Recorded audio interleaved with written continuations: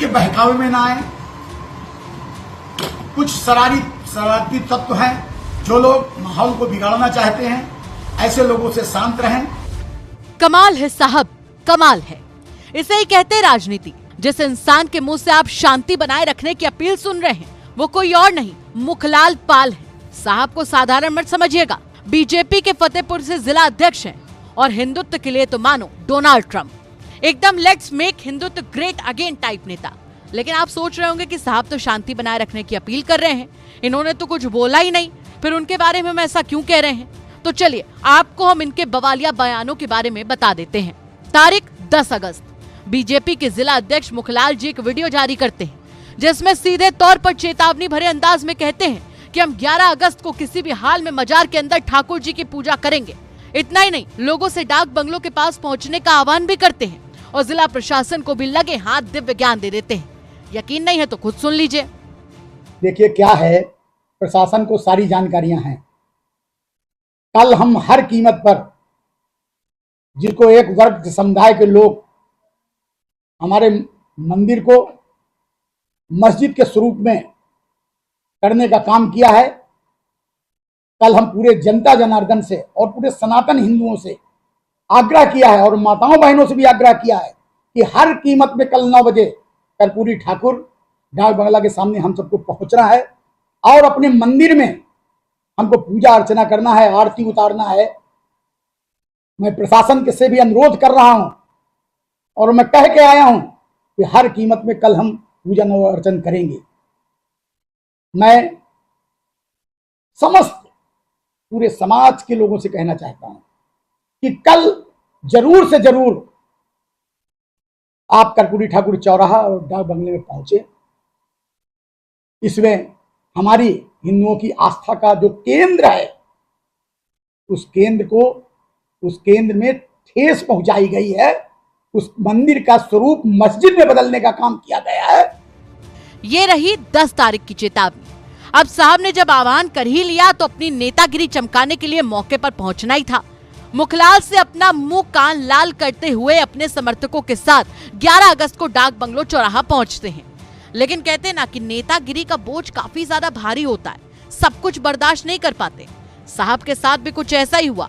11 अगस्त को नेताजी खुलेआम चेतावनी देने लगे। कह रहे थे कि पूरे जिले से लोग आ रहे हैं, प्रशासन हिंदू समाज और सनातनियों को आने नहीं दे रहा है, बैरिकेडिंग किया हुआ है। नेताजी ने सीधे सीधे कह दिया कि मुलायम सिंह सरकार नहीं, योगी आदित्यनाथ की सरकार है। हम सनातनियों के साथ अत्याचार नहीं होने देंगे। शाम तक रुको, हमने जो कहा था वही होकर रहेगा। देखिए पूरे जनपद से लोग आ रहे हैं और यह जिला प्रशासन चारों तरफ बैरिकेडिंग लगाए हुए है। हिंदू समाज के लोगों को, सनातनियों को आने नहीं दे रहा है। वह वर्ग विशेष को जो काम कर रहा है कर ही रहा है, लेकिन यह प्रशासन भी सनातन को खत्म करने की कोशिश कर रहा है। पूरे जिले में कोई ऐसी जगह नहीं जहां बैरिकेडिंग न लगाई हो। मैं चाहता हूं कि यह मुलायम सिंह की सरकार नहीं है, ये बाबा योगी आदित्यनाथ की सरकार है। हम किसी को सनातन के नाम पे अत्याचार नहीं करने देंगे। आगे क्या रणनीति है? आगे रणनीति आप लोग यहाँ खड़े हो, शाम तक रहोगे, जो मैंने कहा था पहले वही होके रहेगा। अब चलिए साहब का तीसरा रिएक्शन भी सुन लीजिए। फतेहपुर मजार तोड़फोड़ के बाद जब वीडियो सोशल मीडिया पर वायरल हुआ, साहब शांति दूत बन गए। लगे लोगों से रिक्वेस्ट करने कि अफवाहों पर ध्यान न दे, कुछ लोग माहौल बिगाड़ना चाहते हैं। अरे साहब, जब इतना बोल ही दिया है तो नाम भी बता दीजिए कि किसकी हिम्मत हो गई कि माहौल बिगाड़ने में आपको चैलेंज कर दे। हम तो कहते हैं कि तुरंत 50% उस शख्स पर आप भी टैरिफ लगा ही दीजिए और कह दीजिए कि let's make Hindutva great again. लेकिन साहब की पहले अपील सुन लीजिए जिसमें साहब शांति बनाए रखने की बात कह रहे हैं। मित्रों राम राम, मैं मुखलाल पाल, जिला अध्यक्ष भारतीय जनता पार्टी फतेहपुर। मैं अपने सभी सनातनियों भाई से, कार्यकर्ता बंधुओं से और सभी संगठनों से एक निवेदन करना चाहता हूं कि किसी के बहकावे में ना आए। कुछ शरारती तत्व हैं जो लोग माहौल को बिगाड़ना चाहते हैं, ऐसे लोगों से शांत रहें। अगर किसी से कोई बात है, कोई उकसावे का काम कर रहा है, तो अपने जिम्मेदार पदाधिकारी से बतावें, मुझसे बतावें, लेकिन किसी के उकसावे में मत आए। शहर को शांति और सुखमय बनाने में आप सहयोग करें।